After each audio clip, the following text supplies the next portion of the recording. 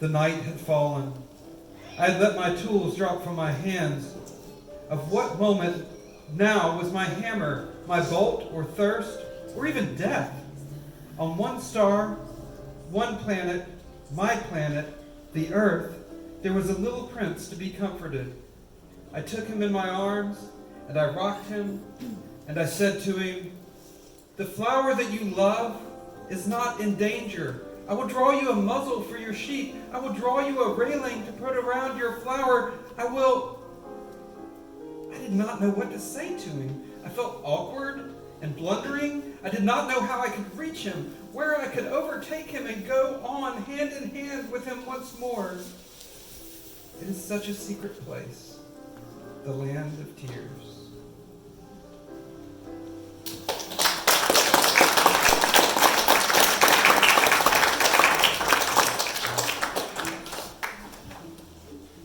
Chapter number 8.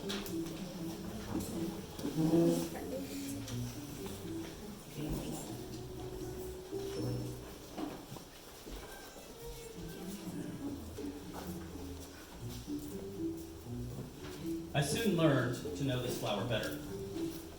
On the Little Prince's planet, the flowers had always been very simple. They had only one ring of petals. They took up no room at all. They were a trouble to nobody. One morning, they would appear in the grass, and by night, they would have faded peacefully away. But one day, from a seed blown from no one knew where, a new flower had come up. And the little prince had watched very closely over this small sprout, which was not like any other small sprouts on his planet. It might, you see, have been a new kind of baobab. The shrub soon stopped growing and began to get ready to produce a flower. The little prince, who was present at the first appearance of a huge bud, felt at once that some sort of miraculous apparition must emerge from it. But the flower was not satisfied to complete the preparations for her beauty in the shelter of her green chamber. She chose her colors with the greatest care. She adjusted her petals one by one. She did not wish to go out in the world all rumpled, like the field poppies. It was only in the full radiance of her beauty that she wished to appear. Oh, yes, she was a coquettish creature.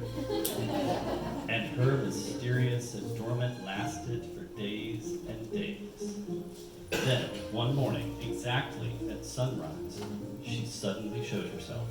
And, after working with all this painstaking precision, she yawned and said, I am scarcely awake. I beg that you will excuse me. My petals are still all disarranged. But the little prince could not restrain his admiration. Oh, how beautiful you are. Am I not? The flower responded sweetly. And I was born at the same moment as the sun.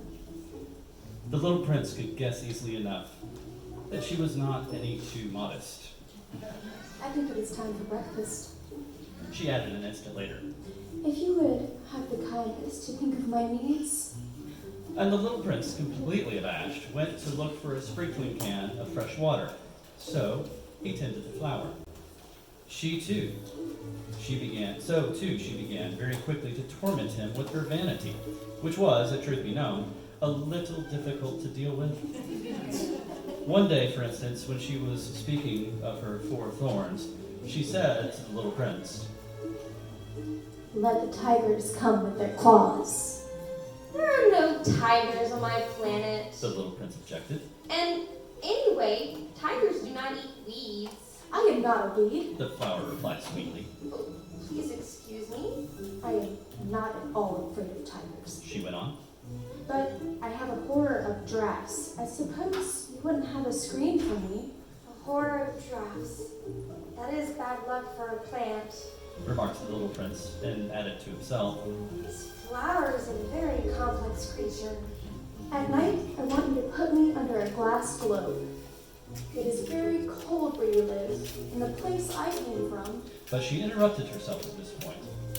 She come in the form of the seed. She could not have known anything of any other worlds. Embarrassed over having let herself be caught on the verge of such a naive untruth, she coughed 2 or 3 times in order to put the little prince in the wrong. The screen? I was just going to look for it when you spoke to me. Then she forced herself to cough a little more so that she should suffer from remorse, just the same.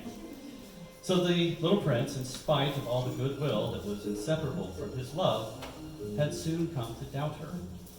He had taken seriously words which were without importance, and it made him very unhappy. I ought not to have listened to her. He confided to me one day. One never ought to listen to flowers. One should simply look at them and breathe their fragrance. Mine perfumed all my planet.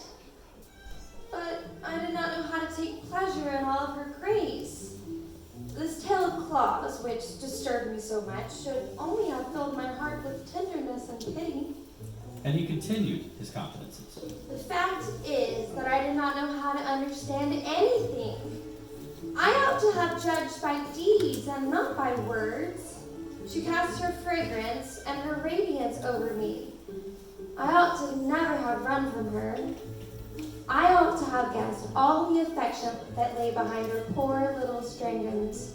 Flowers are so inconsistent, but I was too young to know how to love her.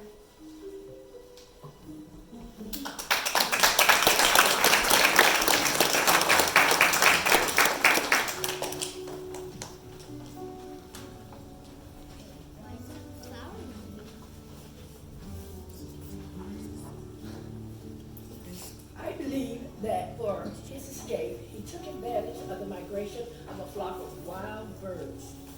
On the morning of his departure, he put his planet in perfect order. He carefully cleaned out his active volcanoes. He possessed 2 active volcanoes, and they were very convenient for heating his breakfast in the morning. He also had 1 volcano that was extinct, but as he said, One never knows. so he cleaned out the extinct volcano too. If they were well cleaned out, volcanoes burn slowly and steadily without any eruptions. Volcano eruptions are like fires in a chimney. On our Earth, we are obviously much too small to clean out our volcanoes. That is why they bring no end to trouble upon us. The little prince also pulled up with a certain sense of dejection the last little shoots of the bear bogs. He believed that he would never want to return. But on this last morning, all these familiar tasks seemed very precious to him. And when he watered the flowers for the last time, he prepared to place her under the shelter of her glass globe. He realized that he was very close to tears. Goodbye. He said to the flower. But Good luck. she made no answer. Goodbye. He said again. The flower coughed, but it was not because she had a cold. I have been sullied. She said to him at last. I ask your forgiveness. Try to be happy. He was surprised by the absence of reproaches. He stood there all bewildered. The glass globe held the rest in mid-air. He did not understand the quiet sweetness. Of course I love you. The flower said to him. It is my fault that you have not known it all the while. That is of no importance, but you have been just as foolish as I. Try to be happy. Let the glass globe be. I don't want it anymore. But the wind. My cold is not so bad as all that. The cool night air will do me good. I am a flower. But the animals. Well, I must endure the presence of 2 or 3 caterpillars if I wish to become acquainted with the butterflies. It seems that they are very beautiful, and if not the butterflies and the caterpillars, who will call upon me? Who will be far away? As for the large animals, I am not at all afraid of any of them. I have my claws. And naively, She showed her 4 thorns. Then she added, Don't linger like this. You have decided to go away. Now go. for she did not want him to see her crying. She was such a proud flower.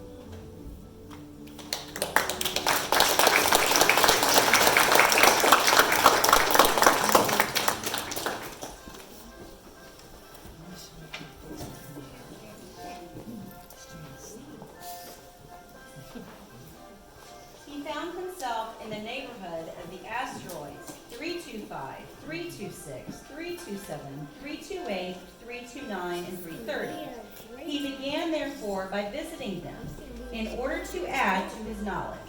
The first of them was inhabited by a king, clad in royal purple and ermine. He was seated upon a throne, which was at the same time both simple and majestic.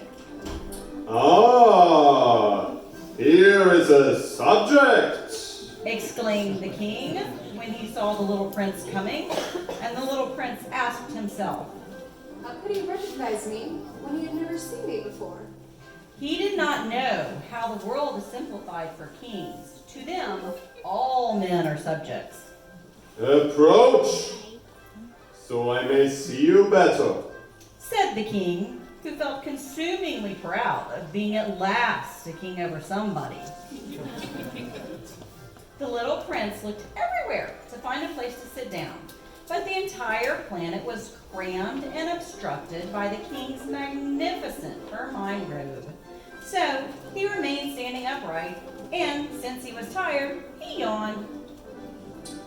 It is contrary to etiquette to yawn in the presence of a king. The monarch said to him. I forbid you to do so. I can't help it. I can't stop myself. Replied the little prince, thoroughly embarrassed. I have come on a long journey, and I have had no sleep. Ah, The then king said. The king said. I order you to yawn. It is years since I have seen anyone yawning. Yawns to me are objects of curiosity. Come now, yawn again. It is an order. That frightens me. I cannot anymore. Murmured the little prince, now completely abashed. Replied the king. Then I order you sometimes to yawn and sometimes to. He sputtered a little and seemed vexed, for what the king fundamentally insisted upon was that his authority should be respected. He tolerated no disobedience. He was an absolute monarch, but because he was a very good man, he made his orders reasonable. If I order the general, He would say, by way of example, if I order the general to change himself into a seabird, and if the general did not obey me, that would not be the fault of the general. It would be my fault. May I sit down? came now a timid inquiry from the little prince. I order you to do so. The king ordered him and majestically gathered in a fold of his ermine mantle. But the little prince was wondering, the planet was tiny. Over what could this king really rule? Sire, He said to him, I beg that you will excuse my asking you a question. I order you to ask me a question. the king hastened to assure him. He ordered Sire, everything she said. over what do you rule? Over everything. Said the king with magnificent simplicity. Over everything? The king made a gesture which took in his planet, the other planets, and all the stars. Over all that? Asked the little prince. Over all that. The king answered. For his rule was not only absolute, it was also universal. And the stars obey you? Certainly they do. The king said. They obey instantly. I do not permit insubordination. Such power was a thing for the little prince to marvel at. If he had been master of such complete authority, he would have been able to watch the sunset, not 44 times in one day, but 72, or even 100, or even 200 times, without ever having to move his chair. And because he felt a bit sad as he remembered his little planet which he had forsaken, he plucked up his courage to ask the king a favor. I should like to see a sunset. Do me that kindness. Order the sun to set. If I order the general to fly from one flower to another like a butterfly, or to write a tragic drama, or to change himself into a seabird, and if the general did not carry out the order that he had received, which one of us would be in the wrong? The king demanded. The general or myself? You! Said the little prince firmly. Exactly. One must require from each one the duty which each one can perform. The king went on. Accepted authority rests first of all on reason. If you ordered your people to go and build themselves a wall, they would rise up in revolution. I have the right to require obedience because my orders are reasonable.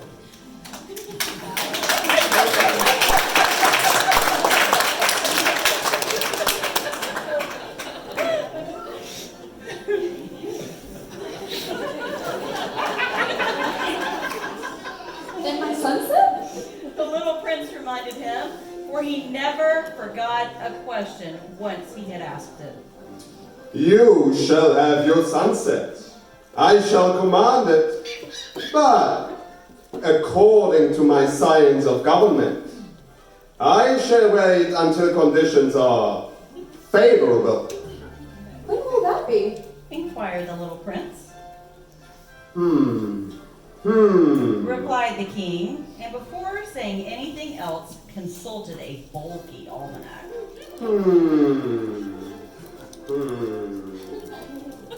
That will be that will be this evening, about 20 minutes to 8, and you will see how well I am obeyed. The little prince yawned.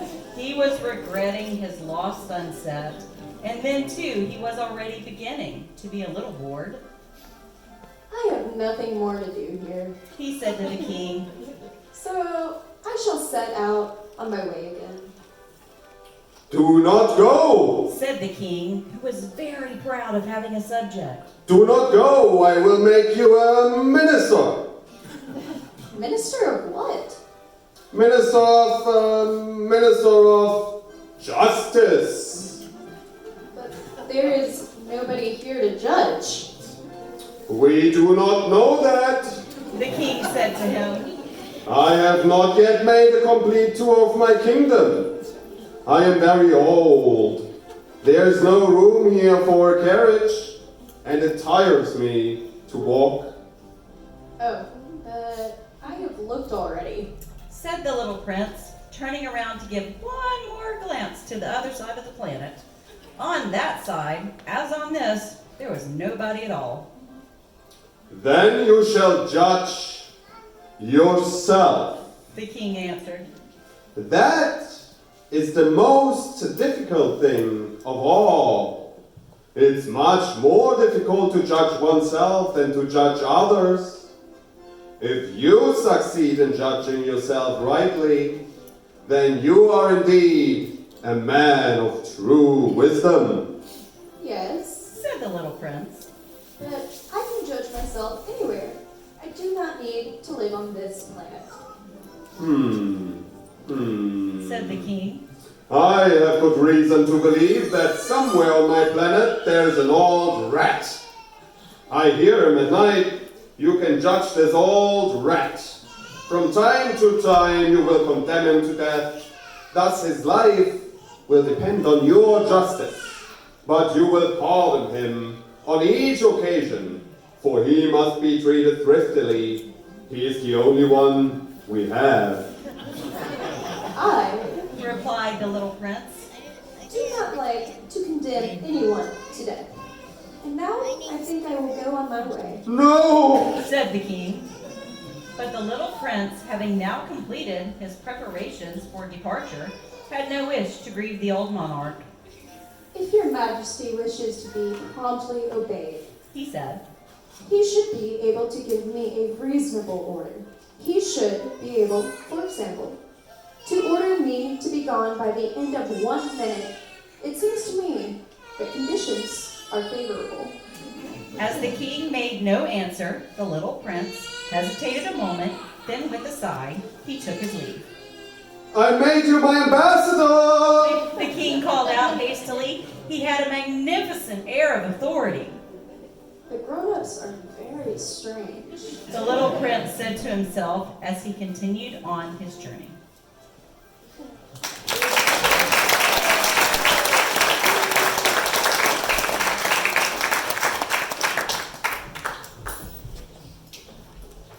That girl's gonna come back again.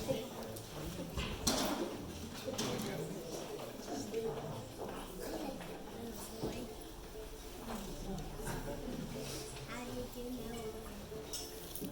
The second planet was inhabited by a conceited man. I am about to receive a visit from an admirer. He exclaimed from afar when he first saw the little prince coming. For to conceited men, all other men are admirers, Good morning. said the little prince. That is a queer hat you are wearing. It is a hat for salutes. The conceited man replied. It is to raise and salute when people acclaim me. Unfortunately, nobody at all ever passes this way. Yes. Said the little prince, who did not understand what the conceited man was talking about. Clap your hands, one against the other.